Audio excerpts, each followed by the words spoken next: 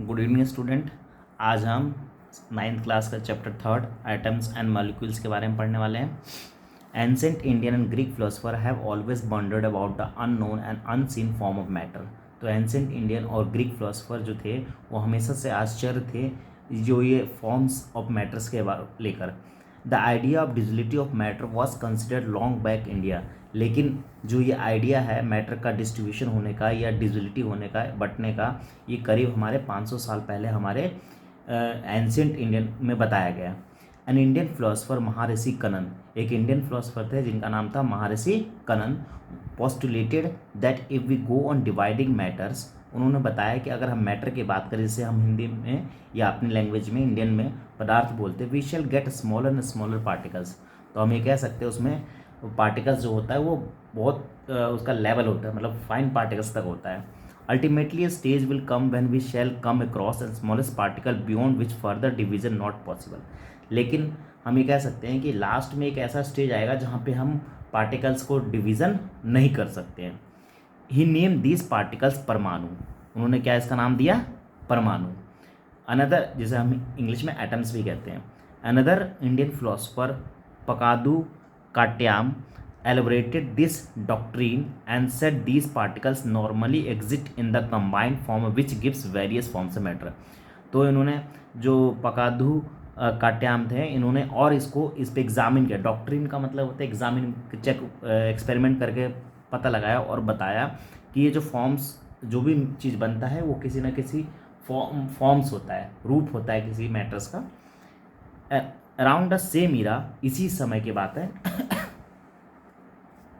इसी समय की बात है, ancient Greek philosopher Democritus and Leucippus suggested that if we go on dividing matter, a stage will when particles obtained cannot be divide together। मतलब एक Greek philosopher जो थे उन्होंने भी सेम बात इस चीज़ को बताया कि एक स्टेज के बाद हम जो एटम्स को डिवाइड नहीं कर सकते हैं। ठीक है। Democritus called this indivisible particles atoms meaning indivisible, है ना। तो डेमोन्स्ट्रेशन में भी कहा था कि पार्टिकल्स जो होते हैं वो इंडिविजिबल होते हैं, मतलब एक स्टेज पे ऐसा हो जाता है। All this was based on the philosophical consideration and not much experimental work validity these ideas could be done till the 18th century. तो ये सारे जो थे फिलोसफिकल कंसिडरेशन था, मतलब ये बातों में कहा जाता था कि जैसे हमारे यहाँ तुम्हें पता है बहुत सारे वो ऋषि मुनि होते हैं जो ज्ञान देते हैं, बोलते ब्रह्मांड में ये होने वाला, मतलब तो ऐसा नहीं था, उनको एक्सपेरिमेंट करते थे एक अनुभव के तौर पे, जो हम देखते थे उन्होंने ये सब बताया। तो वहाँ पे कोई एक्सपेरिमेंट टिल 18th सेंचुरी तक, तो 18वीं शताब्दी तक कोई एक्सपेरिमेंट का कोई ऐसा साधन नहीं था, कहीं भी नहीं था, किसी भी पूरे वर्ल्ड में, पूरे अर्थ की बात करें तो कहीं भी नहीं था। तो ये लोग फिलोसफिकल थे, इसीलिए इनको फिलोसफिकल कहा जाता है। By the end of 18th century scientists recognized the difference between elements and compound, naturally became interested finding out how and why elements combine and what happens they combine। तो 18वीं शताब्दी के last तक, यानी कि 19th century के starting में लोग इसके बारे में इंटरेस्ट हुए, पता किए कि ये कैसे, क्यों एलिमेंट कंबाइन होते हैं, किस तरह से रहते हैं। Antoine L Lavoisier laid foundation of chemical science by establishing two important laws of chemical combination. तो जो एंटोनी एल लेविजियर थे, उन्होंने इस मैटर के बारे में इसको और अच्छे से एक्सप्लेन किया और उन्होंने लॉज निकाले, केमिकल कॉम्बिनेशन के कुछ लॉज निकाले, है ना, कि कैसे कोई एलिमेंट आपस में जुड़ता है, कंपाउंड कैसे जुड़ता है, उसके बारे में। यहाँ तक क्लियर है। नेक्स्ट है laws of chemical combination. The following two laws of chemical combination were established. तो उन्होंने दो लॉ बताए, कौन कौन से देख लेते हैं। मच एक्सपेरिमेंट बाय, और उन्होंने एक्सपेरिमेंट किया था, फिलोसफिकल नहीं थे वो, ठीक है। लेवजियर एंड जोसेफ एल प्रोस्ट, इन दोनों ने क्या, पहला लॉ है law of conservation of mass. Law of conservation का मतलब क्या होता है? कंजर्व मतलब होता है संरक्षित करना, है ना। Is there change in mass when a chemical change. तो क्वेश्चन पूछा है क्या अगर कोई केमिकल चेंज होता है तो उसके मास में अंतर पड़ेगा, ये सवाल है। देखिए एक्सपेरिमेंट देख लेते हैं, उसमें ये समझ में आ जाएगा। Activity, take one following X and Y chemicals. दो केमिकल है, कॉपर सल्फेट, एक सोडियम कार्बोनेट। उसी तरह से barium chloride, sodium sulphate, lead nitrate और सोडियम क्लोराइड। उसके मास दिए हैं 1.25 ग्राम, इधर 1.43 ग्राम। तो अलग अलग उसमें कंपाउंड एलिमेंट्स के क्वांटिटी ली गई है। Prepare separately 5% solution of one pair of substance listed X and Y and 10 ml in water. तो इनको अलग अलग सेपरेट एक्सपेरिमेंट करना है, दोनों को मिला के 5% उसमें क्या बनाना है, वाटर ले सकते हैं, 10 ml वाटर ले सकते हैं उसमें, और 5% एलिमेंट ले सकते हैं। Take little amount of solution of by in conical flask and some solution X igation tube hang the igation tube and tube flask carefully and see the solution do not get mixed, put the cork and flask। तो उन्होंने क्या कर दिया, तो यहाँ पे igation the tube and containing ignition मतलब क्या होता है, जलना, है ना। तो यहाँ पे एक कॉक लिया हुआ है, थ्रेड से बहाने से एक केमिकल सोल्यूशन वाई यहाँ डाला हुआ है, सोल्यूशन एक्स इसमें है ना, ठीक है। स्मॉल इगेशन ट्यूब है ये, छोटा सा कॉनिकल फ्लैस्क है, इसको थ्रेड से यहाँ पे डाल रखा है और कॉर्क को पूरी तरह से बंद कर रखा है। Weigh the flask with the contents carefully, अब उनको वे करना है एक्सपेरिमेंट के बाद। Now tilt the swirl in the flask so that solution gets by mix, और उसको थोड़ा सा ऐसे घुमाना है। वे अगेन, फिर से मापना है। What happens in the reaction flask में क्या हो रहा है, क्या रिएक्शन हो रहा है। Do you think the chemical reaction has taken place, क्या आपके हिसाब से केमिकल रिएक्शन हो रहा है। Why should we put the कॉक एंड माउथ फ्लैस्क, बोला हमने वहाँ पे कॉक क्यों लगा रखा है। Does the mass of flask and its content change, क्या चेंज होगा। Law of conservation of mass state that, तो उसमें ये सारे का आंसर ये है, इस लॉ से पता चलेगा कि law of conservation of mass that state मतलब कहना, क्या कहता है, that the mass can neither created nor destroyed in chemical reaction. तो ये लॉज का पहला लॉ है कि मास कैन नाइदर क्रिएट, यानी कोई चीज़ क्रिएट नहीं की जा सकती है ना कोई चीज़ डिस्ट्रॉयड किया जाए, तो क्या हो सकता है, डिस्ट्रीब्यूट किया जाता है, इसका मतलब डिविजिबल होता है ना। तो ये है पहला लॉ। सेकेंड लॉ क्या है, law of constant proportion. Lavoisier along with the other scientist noted that many compounds are composed two or more elements, each such compound had same element in the same proportion irrespective of where compound came from, who prepared it। लेवजियर ने क्या बताया, या other scientist ने क्या बताया, उन्होंने note किया, ये ध्यान दिया कि मैनी कंपाउंड और कंपोज टू और मोर एलिमेंट, बहुत सारे कंपाउंड बनाया जा सकता है एक या एक से ज़्यादा एलिमेंट के मिला के। In such compound same element in the same proportion, लेकिन उसमें क्या होता है, जब हम कंपाउंड यूज़ करते हैं तो उसी प्रोपोर्शन में यूज़ करते हैं। एग्जांपल, ऑक्सीजन का O2 होता है ना, हाइड्रोजन H2O किसका होता है, वाटर का। तो H2 अगर हम कहीं पानी मिला रहे हैं तो हमें ये ध्यान रखना है कि हाइड्रोजन की मात्रा 2 होनी चाहिए मॉलिक्यूल्स और उसका 1 होना चाहिए, इसी को प्रोपोर्शन कहते हैं। मतलब उसका प्रोपोर्शन का ध्यान रखना है एक्सपेरिमेंट में, ठीक है। Irrespective where compound came from prepared, ये जो भी प्रिपेयर करे। In compound such as water, देखो भी मैंने वाटर का लिया, the ratio of mass of hydrogen mass of oxygen always. तो हाइड्रोजन, पानी में जो हाइड्रोजन होगा और ऑक्सीजन होगा उसका मास कितना होगा, 1:8, 1:8। What ever the sources of water, चाहे तुम कहीं से भी पानी ले रहे हो, तालाब का ले रहे हो, गंदा पानी ले रहे हो, है ना, थोड़ा बहुत कमी हो सकता है लेकिन रेशियो में अंतर नहीं आएगा।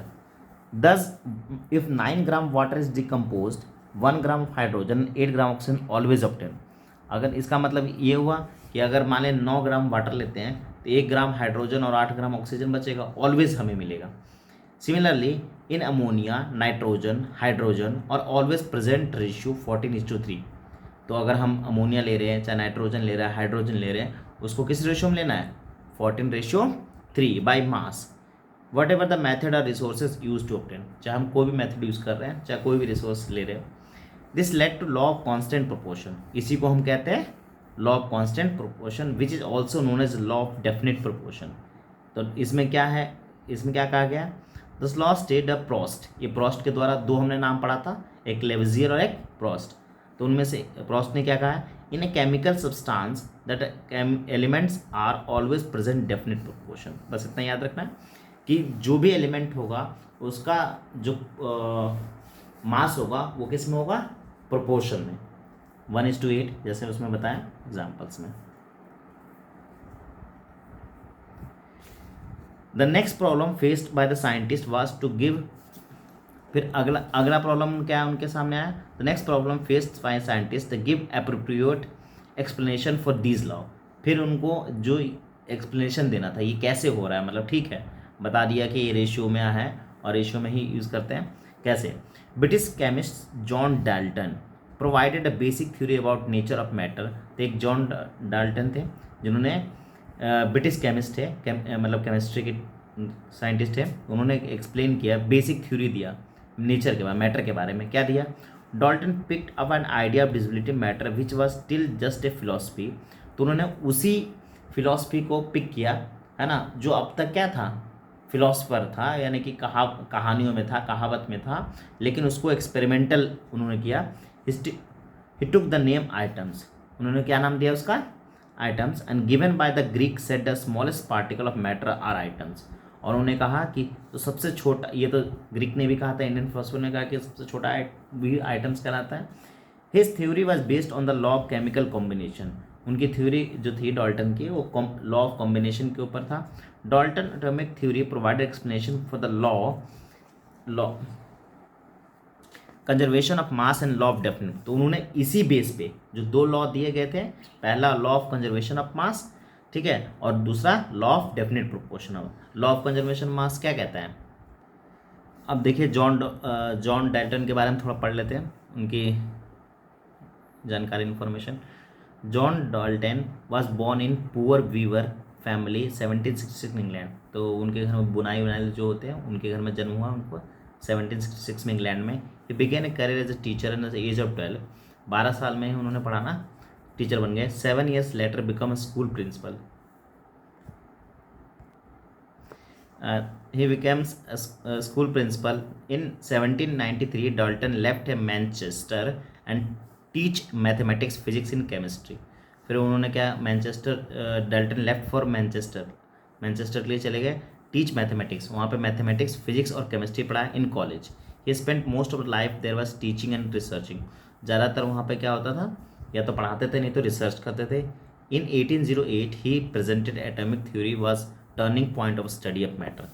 और 1808 में उन्होंने एक तरह से एक थ्योरी दिया मैटर के बारे में, जो उनकी लाइफ का टर्निंग पॉइंट रहा, और ठीक है, और लोगों के लिए भी। According to Dalton atomic theory all the matter whether element और कंपाउंड और mixture is compose small particles called atoms. तो उन्होंने पहले ये एटॉमिक थ्योरी में ये पहले ही बता दिया, मैटर में चाहे एलिमेंट हो, कंपाउंड हो या मिक्सचर हो, ये सारे किससे बने हुए हैं, एटम्स हैं। The postulates of this theory started. तो उन्होंने क्या थ्योरी दिया, पहला, all matters is made very thin very tiny particles called items. जितने भी मैटर बने हुए हैं वो बहुत टाइनी पार्टिकल, यानी छोटे छोटे पार्टिकल से बने, which participate in the chemical reaction, जो कि पार्टिसिपेट करते हैं केमिकल रिएक्शन के दौरान। सेकेंड पॉइंट, पहला क्लियर है। Second, atoms are indivisible. Atoms individual particles होते हैं, यानी कि अलग नहीं होते हैं। Which can not be created, जो कि हमने law of conservation of mass में पढ़ा था, है ना, कि which can not be created, mass can not be created और nor destroyed in chemical reaction, यानी कि इंडिविजिबल हो गए, है ना। Second point clear. Third, atoms of given elements are identical in mass and chemical properties. जो atoms होते हैं ऑफ गिवन एलिमेंट, कोई भी एलिमेंट दिया हो सकता है उनका आइडेंटिकल मास हो, आइडेंटिकल का मतलब एक जैसा, है ना, मास हो सकता है, ठीक है, या केमिकल प्रॉपर्टीज हो सकता है। Clear. Fourth, items of different elements have different mass and chemical properties. Items of different element, है ना, items different elements have different mass and chemical properties. Items के डिफरेंट एलिमेंट होते हैं, डिफरेंट मास होते हैं और केमिकल प्रॉपर्टीज होते हैं। हर एक एलिमेंट्स अपने आप में क्या होता है, अलग होता है, ठीक है। नेक्स्ट है fifth, atoms combine in the ratio of small whole number of form of compound. Atoms combine in the ratio, again हमने लॉ ऑफ जो लॉ पढ़ा है हमने, लॉ ऑफ डेफिनेट प्रोपोर्शन, उसका एग्जांपल ये कि आइटम्स कंबाइन द रेशियो, हमेशा ratio में कंबाइन होते हैं, small whole number form compound और फिर कंपाउंड आते हैं। Sixth, the relative number of kinds of items are constant in given compound. Relative number, and kinds of items are constant. तो इसमें क्या होता है, मतलब कि वही एक लॉ ऑफ डेफिनेट प्रोपोर्शन को ही बात बता रहा है कि जो भी उसमें हम आइटम्स या एलिमेंट्स यूज़ करेंगे उनका एक कांस्टेंट प्रोपोर्शन में ही रिएक्शन कराएगा इन गिवन कंपाउंड, चाहे जो भी कंपाउंड हम बना रहे हो। You will study next chapter that all items made a still smaller particles, और इसके बारे में और हम अगले चैप्टर में पढ़ेंगे कि स्मॉल पार्टिकल्स जो होते हैं, मतलब पार्टिकल्स जो होते हैं बहुत और फाइन होते हैं। नेक्स्ट है what is an item. Have you ever observe mason building walls from these walls rooms and then collection of rooms to form building. कभी आपने ऑब्जर्व किया है मैसन यानी मिस्त्री जो होता है बिल्डिंग वॉल बनाता है ना, and these rooms when the collection of rooms from building, फिर रूम से बिल्डिंग बन जाता है। What is the building block and huge building. तो व्हाट इज बिल्डिंग ब्लॉक, तो बिल्डिंग ब्लॉक उसमें क्या होता है जिससे वो बिल्डिंग बहुत बड़ा हो जाता है। What about building blocks and hill, है ना, उसी तरह से जो एंट मतलब चीटी का हिल होता है उसका building block in a small grains of sand, और similarly building blocks of all matters हो। तो बिल्डिंग ब्लॉक जितने भी होते हैं चाहे किसी भी तरह से, एक समझाने की कोशिश की कि जो आइटम्स कितना फाइन हो सकता है और उससे फिर कैसे कोई चीज़ बड़ी बन जाती है ना। जो ब्रिक होता है, पहले मैसन जो मिस्त्री है वो एक ईंट लगाता है, फिर दो ईंट लगाता है, ऐसे कर करके पूरा एक वॉल खड़ा करता है ना। यानी कि छोटे आइटम से कितना बड़ा एक साइज रूम खड़ा करता है, फिर रूम से फिर सीधा बिल्डिंग, ठीक है। उसी तरह से एंट हिल होता है, चींटियों का कभी घर देखना, छोटे छोटे छोटे डॉट डॉट डॉट डॉट कर करके, या तो नीचे होगा तो फ्लैट होगा तो लंबी सी लाइन होगी, या ऊपर होगा तो हाइट में होगा, है ना। हाउ बिग आर आइटम, तो सवाल ये है कि आइटम्स कितने बड़े होते हैं। आइटम्स आर वेरी स्मॉल, तो आइटम्स बहुत छोटे होते हैं। They are smaller than anything that can imagine और कंपेयर विद, इतने छोटे हो सकते हैं कि हम कंपेयर भी नहीं कर सकते उससे, या जिसकी कल्पना भी नहीं कर सकते हैं, ठीक है। More than millions of items when stacked would make a layer of barely and thick of sheet paper, मतलब इतना हो सकता है जिससे उससे कई सारे थिक पेपर बन सकता है, इतना लेयर हो सकता है उसके अंदर एक उसमें। तो कुछ यहाँ पे atomic radius is measure nanometre, तो जो एटॉमिक रेडियस होता है, एटॉमिक का रेडियस क्या होता है, जैसे ये है इसका रेडियस है ना, यहाँ से रेडियस तो ये होगा, रेडियस डायमीटर तो पता है ना। तो हम उसको जो एटॉमिक को होता है वो रेडियस में मेज़र करते हैं, मतलब रेडियस के हिसाब से देखते हैं, और उसको मेजरमेंट जो यूनिट लेते हैं वो नैनोमीटर्स लेते हैं। तो example 1/10⁹ metre is equal to 1 nanometres होता है। 1/10⁹ metres is equal to 1 nanometre. तो उसी तरह से यहाँ पे रेडियस दिया हुआ है और यहाँ पे एग्जाम्पल्स दिए हुए हैं, जैसे आइटम्स ऑफ हाइड्रोजन तो 10⁻⁻10, molecule of water 10⁹9, molecules of haemoglobin जो हमारे ब्लड में होता है, ग्रेन सैंड, एंट हो गया, एप्पल हो गया। तो ये सारे क्या दिए हुए हैं, ये रेडियस दिया हुआ कि अगर मान लें कोई चीज़, सब चीज़ को अगर हम सर्कल में मापें तो रेडियस निकलता है, और उसको हम रीड करने के लिए नैनोमीटर का इस्तेमाल करते हैं। तो इससे पता चलता है कि कोई भी आइटम्स क्या हो सकते हैं, बहुत ज़्यादा छोटे, हमारे इमेजिनेशन से, हमारे कल्पना से भी बहुत छोटे हो सकते हैं। We might think if items are so insignificant in size, है ना। तो जो हम कह सकते हैं items are so in size, why should we care about them, कि हम उनका क्यों साइज क्या मैटर करता है, क्यों सोचें इनके बारे में इतना। This is because entire world made of, इसलिए क्योंकि दुनिया में कोई भी चीज़ बनेगा तो वो पार्टिकल से बनता है ना। जैसे फाइन पार्टिकल से पार्टिकल्स, आइटम्स, आइटम्स से मैटर, मैटर से मटेरियल, इसीलिए हमें चिंता करनी चाहिए कोई चीज़, है ना। We say may not be able to see but they are there and constantly affecting whatever we do. हमें लगता है कि कोई चीज़ हमें अफेक्ट नहीं कर रहा है, लेकिन वो कॉन्स्टेंटली इफेक्ट करते हैं। एग्जाम्पल एक बताता हूँ, कभी तुम बाहर एक पत्थर देखना, है ना, कई साल उस पत्थर पे ध्यान रखना, धीरे धीरे धीरे धीरे धीरे ऐसा होगा, तुम देखोगे ये पत्थर छोटा हो गया है। इसका मतलब क्या होगा कि कुछ ना कुछ कांस्टेंट नहीं रहता, नेचर का नियम है। नेचर का नियम क्या है, कोई चीज़ कांस्टेंट नहीं है ना। नेचर में हमेशा कुछ ना कुछ बदलाव होता रहता है। नेचर का यही मतलब प्रॉपर्टीज़ है, खासियत है, फीचर्स हैं कि नेचर अपने आप को बदलता रहता है, कभी एक जैसा कोई चीज़ रहने देता ही नहीं है ना। अगर एक जैसा होता तो सिर्फ भगवान ही हो सकते हैं, है ना। Through the modern techniques we can new produce magnified image of surface element showing items. Through the modern techniques, आज के मॉडर्न टेक्निक्स का इस्तेमाल करके हम एलिमेंट्स के आइटम्स के फाइन पार्टिकल्स को हम देख भी सकते हैं। पहले याद होगा, अभी मतलब पता नहीं भगवान का सीरियल तुम लोग देखते हो कि नहीं आजकल के बच्चे, पर हमारे ज़माने में तो भगवान के सीरियल खूब आते थे, तो हम लोग देखते थे। हमें याद है जब कोई भगवान प्रकट होते थे, है ना, तो उनसे रोशनी सबसे पहले आती थी, एक छोटी छोटी रोशनी। और कुछ ऐसे भगवान होते हैं जो बिल्कुल एकदम लाइट, बहुत लाइट जलती थी उनके सामने और कुछ नहीं, और ऐसा लगता था कि छोटे छोटे पार्टिकल्स उनके आ रहे हैं। कभी कभी भगवान आते नहीं थे, वहीं से दूर से आशीर्वाद देते थे, है ना, और उनके पार्टिकल्स, है ना, फॉर्म्स तो इससे भी समझ सकते हैं कि जो आइटम्स होते हैं वो फाइन पार्टिकल्स होते हैं, और नेचर में चेंजेस इट ऑलवेज हैपन, हमेशा होता है। तो जैसे इसमें इस पिक्चर दिखाया गया, an image of surface of silicon. एक सिलिकॉन मटेरियल होता है ना, जो मैंने बहुत सारे पहले पढ़ाया होगा। सिलिकॉन बहुत इंपॉर्टेंट मटेरियल है, बहुत सारे इलेक्ट्रॉनिक गैजेट में यूज होता है। सिलिकॉन वैली अमेरिका के बारे में, है ना, तो वो सिलिकॉन जो बहुत इंपॉर्टेंट है, तो उसके फाइन पार्टिकल्स दिखाएंगे कि वो अंदर से कैसा दिखता है। तो हम इससे पता कर सकते हैं कि आइटम्स कितने छोटे हो सकते हैं और कितने बड़े हो सकते हैं। बेसिकली छोटे होते हैं, है ना, वो तो आइटम से फिर पार्टिकल्स में कन्वर्ट, सॉरी, आइटम से फिर मैटर में, मैटर से मटेरियल में।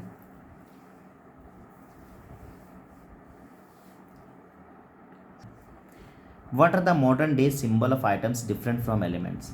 What are the modern day, जो मॉडर्न डे है आज का, उसमें आइटम्स का सिंबल अलग अलग है, उसके बारे में पढ़ेंगे। जैसे Dalton was the first scientist use to symbol elements very specific sense. उन्होंने बहुत सोच समझ के हर एक के लिए सिंबल बनाया, है ना। When we use to symbol element also mean definite quantity of element. जब हम इनको यूज़ करते हैं तो हम ये जानते हैं कि इसका एक डेफिनेट क्वांटिटी होगा। This is one of the atom element Berzelius suggested. किसने सजेस्ट किया? Berzelius suggested that symbol of element made 1 or 2 letters name is element. तो जो सिंबल्स होते हैं वो 1 या 2 लेटर से, जैसे हाइड्रोजन का एच हो जाता है, ऑक्सीजन का O हो जाता है, उसी तरह। तो ये हाइड्रोजन, कार्बन, ऑक्सीजन, ये सिंबल है।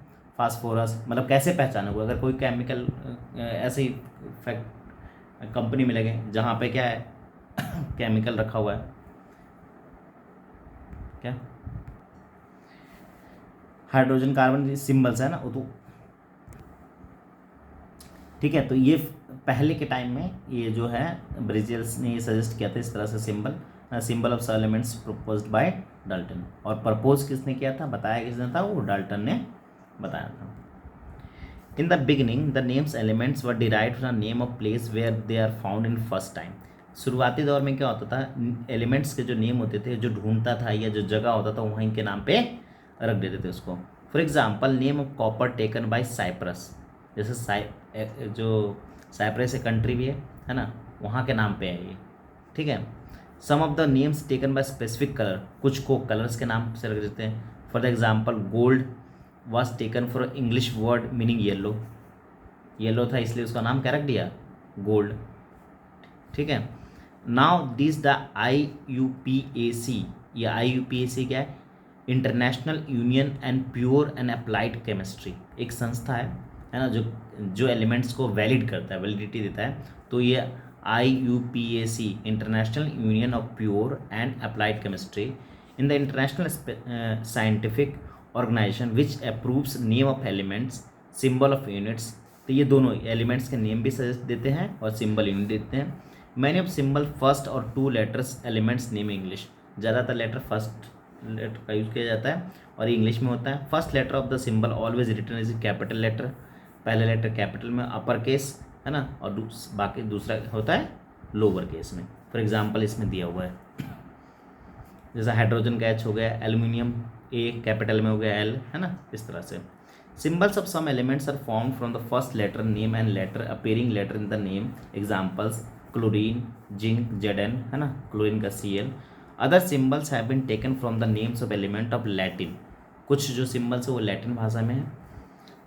जर्मन और Greek, for example symbols of iron, जैसे iron symbols Fe from its Latin name ferrum, इसका एक लैटिन नेम है उसका ferrum. Sodium from natrium, potassium from kalium. These are each elements name unique chemical symbols, ठीक है। तो ये अलग अलग सिंबल्स इसमें, और यहाँ पे एग्जाम्पल्स भी दिया हुआ है, जैसे एल्युमिनियम का एल है, ऑर्गन का AR, बैरियम का BA, बोरोन का B, ब्रोमाइन BR हो गया, कैल्शियम का CA, है ना। पहला लेटर कैपिटल दूसरा स्मॉल, अगर एक सिंबल यूज हो रहा है तो पहला लेटर कैपिटल, है ना। ज़्यादातर 1-2 कैपिटल ही यूज, 1 लेटर मैक्सिमम 1-2 है ना। कॉपर का CU, फ्लोरीन का F, गोल्ड का AU, हाइड्रोजन का H, आयोडीन का I।